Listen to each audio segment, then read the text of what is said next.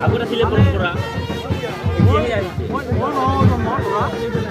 নৱজন্মৰ ল'ৰা হ'লেও মানে মই আধুনিকতা মানে যোনটো আছিলে পূৰ্বপুৰুষৰ বংশ ফ'ল' কৰে মানে সেইটো মানে মই অলপ ট্ৰেণ্ডটো মানে আজিকালি ট্ৰেণ্ডত চলে সেই ট্ৰেণ্ডটো যাতে ফ'ল' কৰে